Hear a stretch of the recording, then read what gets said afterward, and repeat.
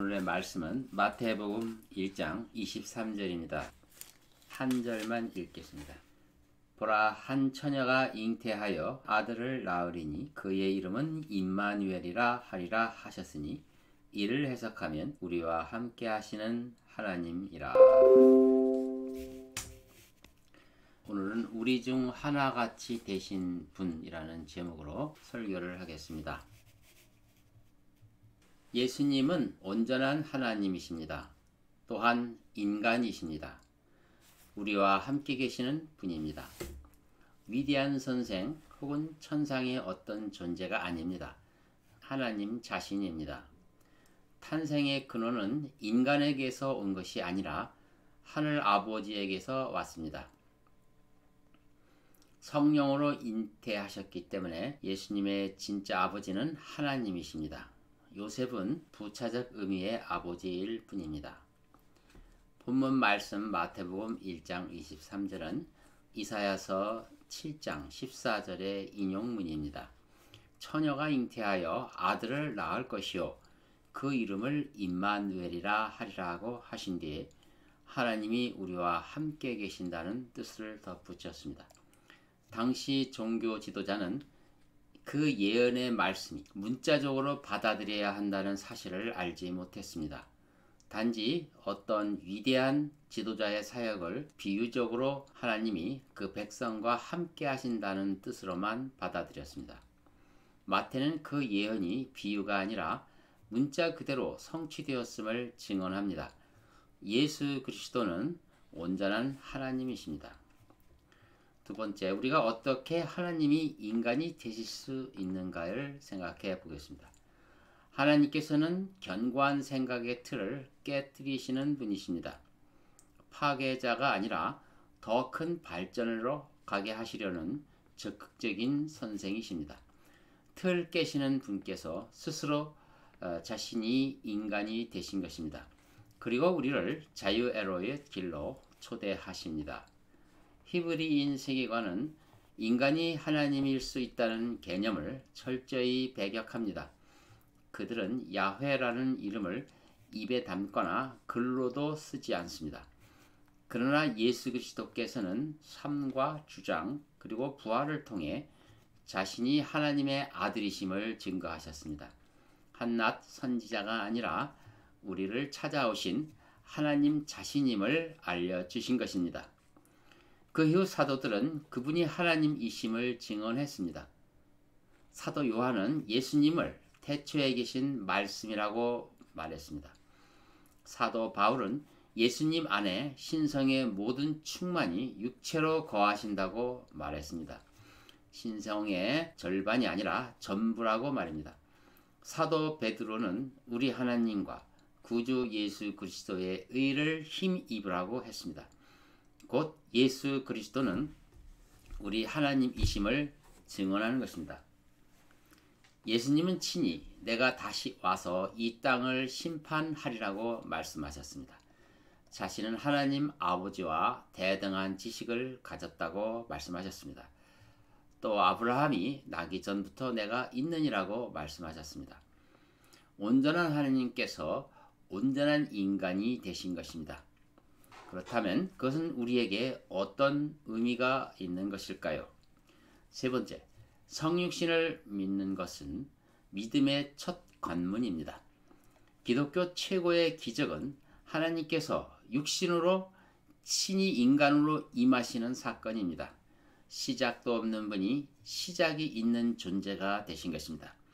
사실 하나님께서 생일이 있다는 그 자체가 신성모독입니다. 성경학자 페커는 이렇게 말했습니다. 하나님이 인간이 되셨고 신의 아들이 유태인이 되셨다. 전능자가 무력한 인간 아기로 지상에 나타나셨다. 할 줄 아는 일이라고는 누워서 말똥말똥 바라보며 꼼지락거리고 소리를 내는 것뿐이었다. 다른 모든 아이처럼 누가 먹여주고 기저귀를 갈아주고 말을 가르쳐야 했다. 하나님의 아들이 실제 유아가 되셨다. 생각할수록 머리가 어찌해진다. 그 어떤 픽션에도 이 성육신의 진리만큼 기상천외한 요소는 없다.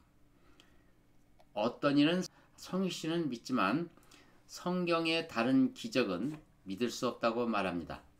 그 사람은 성육신을 믿지 않는 자입니다. 하나님이 인간이 되셨다면 그분의 기적을 행하시고 세상 죄를 제거하시며 죽은 자를 살리시는 것을 못 믿을 이유가 없습니다. 여러분은 성육신을 제우스 같은 허접한 우상신이 인간으로 변장하는 것처럼 믿습니까? 아니면 절대 인간이 될 수 없는 그분이 사람으로 오신 것을 믿습니까? 성육신을 믿으면 삶의 위기가 닥칩니다. 왜냐하면 결단을 해야 하기 때문입니다. 결코 중간지대는 없습니다. 내가 예수편에 서든지 아니면 반대편에 서든지 둘 중에 하나가 돼야 합니다. 예수님은 온화하시지만 그분이 가시는 곳에는 언제나 소용돌이가 일어났습니다. 낡은 틀이 깨져 나갔고 사람들을 새로운 방향으로 생각하도록 흔드셨습니다. 어떤 고향 사람은 예수님을 절벽에 떨어뜨려 죽이려고 했습니다. 어떤 섬마을 사람은 제발 여기서 떠나달라고 간청했습니다. 어떤 이는 그분 앞에 엎드려 경배를 했습니다. 성육신 그 자체가 극단적인 사건입니다. 예수님이 하나님이심을 믿는다면 당신의 모든 삶의 중심에 예수님이 있어야 합니다. 아니면 예수님을 떠나야 합니다. 그분은 하나님이거나 아니면 완전히 미쳤거나 둘 중에 하나입니다. 말로만 예수 믿는 사람들은 자기가 예수님을 좌지우지할 수 있다고 믿는 자들입니다. 네 번째로 성육신을 믿는다면 우리에게도 희망이 있습니다. 예수님이 하나님이시라면 우리에게 최고의 희망이 됩니다. 이는 죽음 이후에도 삶과 사랑이 있으며 언젠가 악과 고난이 끝난다는 뜻이기 때문입니다. 끝없는 실패에도 불구하고 희망이 있다는 뜻입니다. 이 세상에서 사는 것이 즐거울 수도 있다는 뜻입니다. 하나님과 함께 하신다면 실패도 두렵지 않고 지옥이라도 함께 할 수 있습니다. 그분은 우리를 구원하시기 위해 누구를 대신 보내시지 않으셨습니다. 직접 오셔서 데려가십니다. 성육신은 우리에게 희망이 있음을 말해줍니다. 이사야서 6장에서 14장은 복음에 대한 하나의 문맥입니다. 6장에는 하늘의 성전이 보이고 거기에 이사야가 부름을 받습니다. 그는 하나님 앞에 부정한 사람으로 소개됩니다. 그러나 그는 은혜로 세워지고 사명을 받습니다. 그리고 세상이 알아듣지 못하는 복음의 메신저가 됩니다. 복음에 등장할 때의 상황은 세상이 흑암에 쌓여 있고 절망 중에 놓여 있을 때입니다. 유다 아하스 왕이 처한 상황이 그렇습니다. 시리아와 이스라엘이 동맹한 것에 대하여 유다는 두려워 말라고 하십니다. 그러나 아하스는 여전히 복음을 믿지 않습니다. 정 믿지 못하겠다면 하나님께 표적을 구하라고 해도 거절합니다. 그것은 이제 하나님에게 어떤 기대도 하지 않겠다는 말입니다. 이 최악의 불신 상황에서 처녀가 아이를 낳으리라는 표적을 주십니다. 그 아이의 이름을 임마누엘이라고 지어주셨습니다. 이 예언을 700년 후 천사가 요셉에게 상기시켜 줍니다. 그리고 마리아 데려오는 것을 두려워하지 말라고 합니다. 경고도 겸하여 주어집니다. 만일 하나님을 떠나면 심판이 임할 것을 말씀합니다. 이는 뿌린 대로 거두는 법칙입니다. 유유히 흐르는 실로와 물을 싫어하면 온 인류는 거센 물결에 산산이 부서지게 될 것입니다. 복음이 오히려 많은 사람들에게 넘어지는 돌과 거침이 되고 교인들에게는 함정과 올무가 될 것입니다. 많은 사람이 실족하게 될 것입니다. 복음을 외면하면 백성은 곤고하고 줄일 것입니다. 그리고 안달이 나서 하나님을 저주할 것입니다. 복음은 결코 모든 이에게 기쁜 소식만은 아니라고 말씀합니다. 이사야서 9장에는 수불론 땅과 납달리 땅에 빛이 비추리라는 예언이 나옵니다. 낮은 곳부터 희망이 보인다는 예언입니다. 한 아이가 세상 권세를 제하실 것입니다. 정부가 그의 어깨 위에 주어집니다.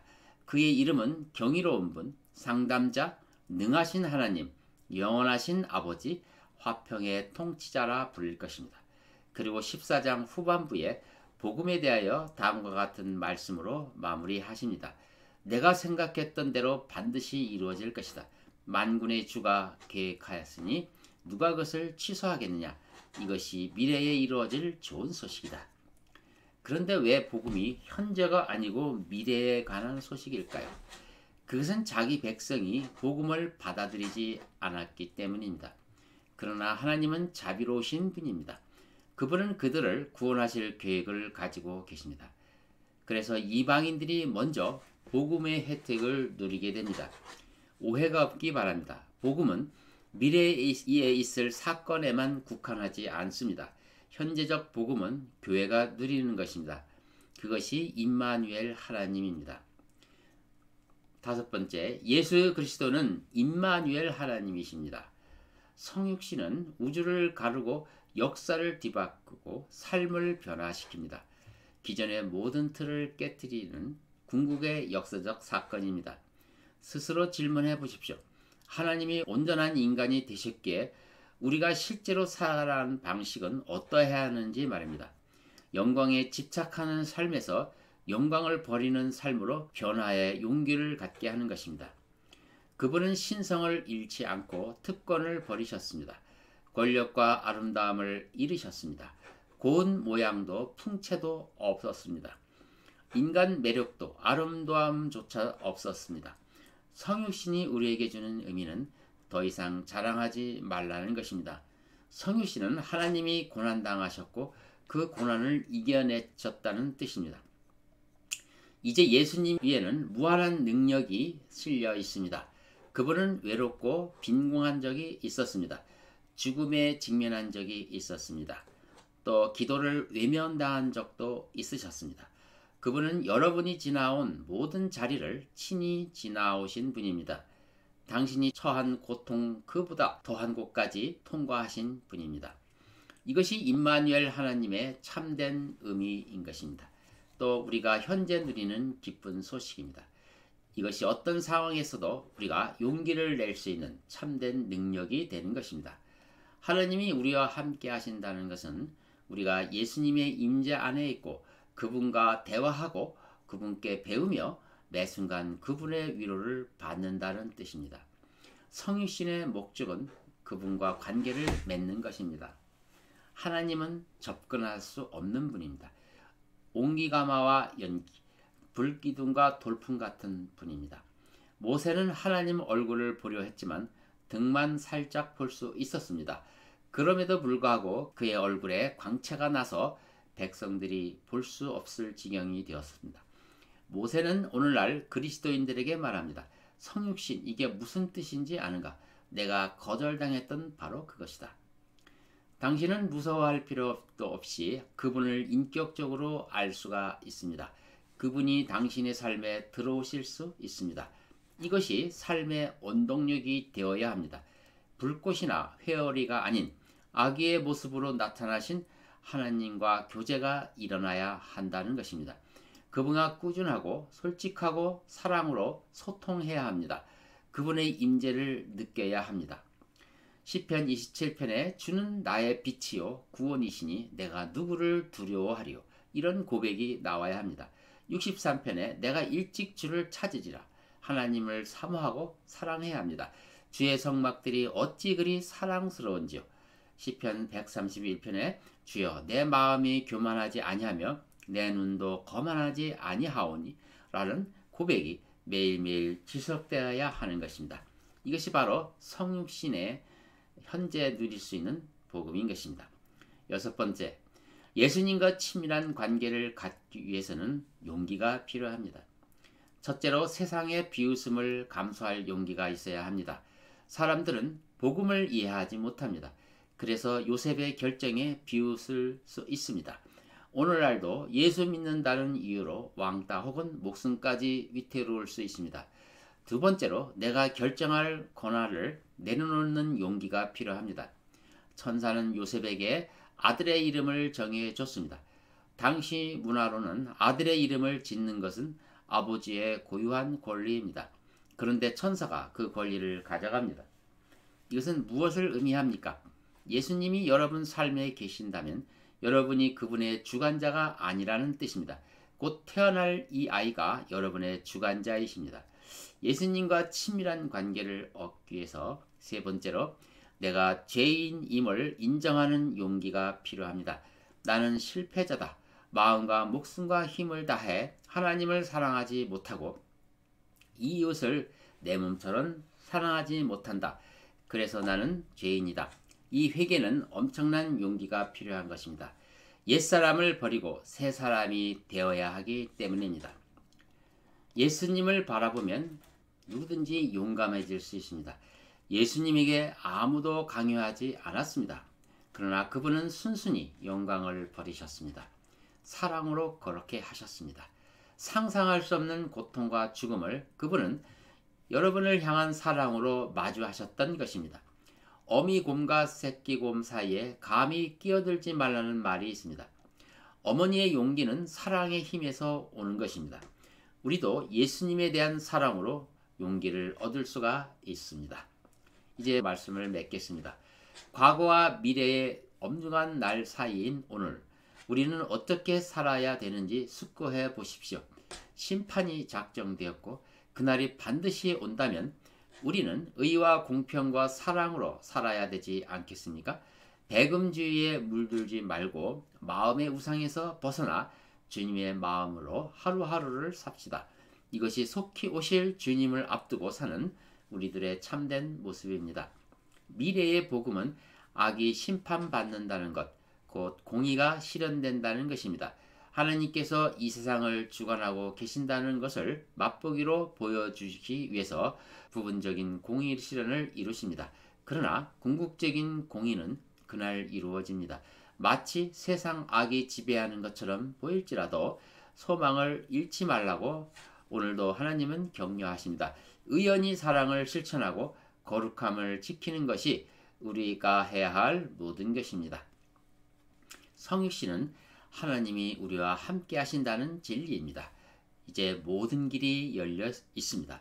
이 진리를 삶에 적용하며 사는 것이 우리의 할 일인 것입니다.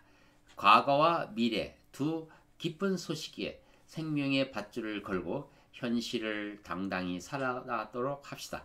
하나님이 우리와 함께 하실 것입니다. 우리 성도 여러분 모두가 승리하시기를 기원합니다. 기도합시다. 하나님 아버지, 참으로 감사합니다. 오늘은 성육신의 진리를 상고해 보았습니다. 이보다 더 큰 기적이 없으며 이것을 믿는 믿음이 우리의 믿음의 첫 관문임을 알았습니다. 이제 오늘 누릴 수 있는 복음은 임마누엘 하나님과 함께 이 삶을 꾸려나가는 것입니다. 이렇게 살아갈 때 미래의 복음이 또한 우리 것이 됩니다. 우리 성도들이 이 복음으로 사는 거룩하고 복된 자가 되게 하옵소서. 예수 그리스도 이름으로 기도합니다. 아멘. 마치겠습니다.